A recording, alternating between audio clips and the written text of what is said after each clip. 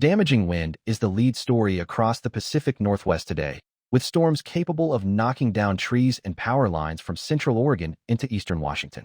If you live anywhere along that corridor, you need a plan before this afternoon. Stick with me for about 90 seconds. We are going to break down the exact timing of these storms and isolate who has the highest risk of seeing power outages right during the evening commute. My read on this setup is straightforward. A storm system pushing inland off the Pacific is running into just enough instability to fire organized thunderstorms, and the winds already howling above the surface are strong enough to slam straight to the ground inside any storm that gets going. Today's Doppler score sits at 2.8 out of 10, driven almost entirely by wind and hail. This isn't a blockbuster day, but if you're in the bullseye, the damage will be real. Here's the jet stream animation. You can see upper-level energy rotating right over the northwest, and that overhead wind is the fuel that turns a garden-variety thunderstorm into one that sends 60-mile-per-hour gusts to your front yard. The wind probabilities confirm this. Looking at the Day 1 wind map, a 15% zone is centered right over the inland northwest, meaning roughly 1 in 6 spots inside that polygon sees damaging wind today. That's a focused, targetable threat. Let's timing verify these hazards so you know what to expect. The wind map shows that 15% damaging wind probability stretching from central Oregon northeast into the Idaho border region. Inside that zone, gusts between 50 and 65 miles per hour are possible with the strongest storms. That's enough to snap large branches, peel shingles, and take down power lines. If you're in Yakima, Bend, or the Tri-Cities, Kennewick, Pasco, and Richland, you are in the heart of this wind threat. Get the patio furniture and trampolines secured now. Now looking at the hail outlook.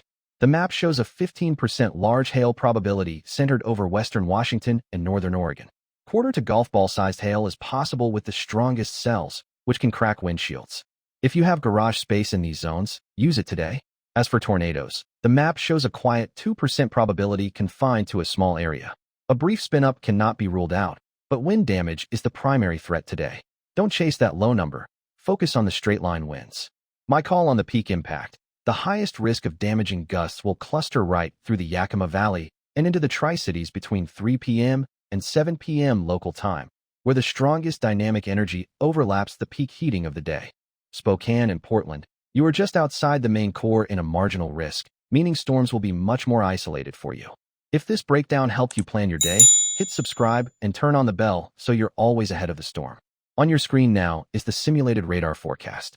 Storms begin firing across central Oregon by early afternoon, roughly 1 to 2 p.m. Pacific time, then push northeast through the Yakima Valley and into the Tri-Cities corridor between 3 o'clock and 6 p.m. Notice this secondary round out east. Isolated storms pop along the Colorado Front Range near Denver by late afternoon Mountain Time. These are low-coverage storms, but because the air aloft is cold, don't be surprised to see some small, pea-to-penny-sized hail and quick wind gusts with the strongest cells. By 9 p.m. Pacific, the main northwest line will be pushing into Idaho, and the threat window for Washington and Oregon closes. That's your all clear. No severe weather watches are active right now.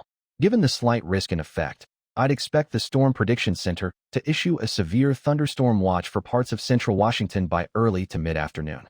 When that drops, make sure your phone alerts are on. Turn them on now, and know where you're safe. On your screen is the Doppler threat outlook for the next 6 days. Today is our most actionable day right now. Tomorrow carries a minor marginal risk centered near Midland, Texas, which won't require major planning changes. But keep an eye on Day 3. The setup along the Nebraska and Kansas border bumps back up to a slight risk, so we'll be watching that closely heading into the weekend. The excessive rainfall outlook shows a marginal risk across several regions through Day 3.